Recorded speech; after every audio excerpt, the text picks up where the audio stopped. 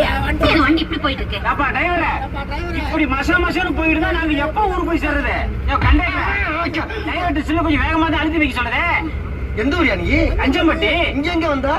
என் குழந்தைய சடங்கு வந்திருக்கோம். இது யாரு? என் பொண்டாட்டி. கொஞ்சம் அனுப்புறியா?